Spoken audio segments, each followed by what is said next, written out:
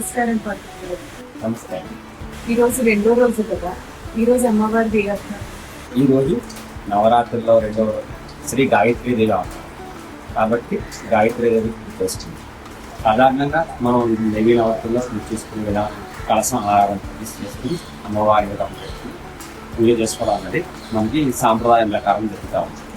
కాబట్టి ఇందులో ఆవాహన చేసే ప్రతి ఒక్క దేవతలు కూడా ఈ నవరాత్రుల్లో ప్రత్యేకంగా వాళ్ళని ఆవాహన చేసి ఒక్కొక్క రోజు ఒక్కొక్క దేవీ కింద కూర్చోబెట్టి వాళ్ళని ఆవాహన చేసి వాళ్ళకి అష్టోత్తమ కుంకుమార్చన మహానైవేద్యంతో నైవేద్యం పెట్టి వాళ్ళ యొక్క కుంకుమ ప్రసాదంగా తీసుకుంటారు.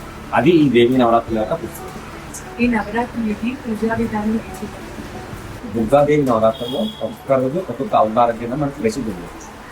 దుర్గా నుంచి ఈ 9 రోజులు కూడా 9 అవతారాలని ఆవాహన చేసుకుని ఆ అమ్మవారికి కుంకుమార్చన చేసుకుని మహానైవేద్యాన్ని మనం నైవేద్యంగా తీసుకోవాలి. ఇది మన హిందూ సాంప్రదాయం కింద పెట్టిన పద్ధతి. ఈ గాయత్రీ దేవి అవతారానికి ప్రత్యేకత ఏంటంటే ఇప్పుడు మన యొక్క ఈ దేవత అనేది కూడా ఈ ఆదిపరాశక్తి ఈ గాయత్రీ దేవి. ఆవిడ దగ్గర మన శక్తులన్నీ కూడా ఆవిడ దగ్గర నిక్షిప్తమై ఉంటాయి. ప్రతి మంత్రము యంత్రము అనేది కూడా ఈ గాయత్రీ దేవి చేతిలో ఉంటాయి.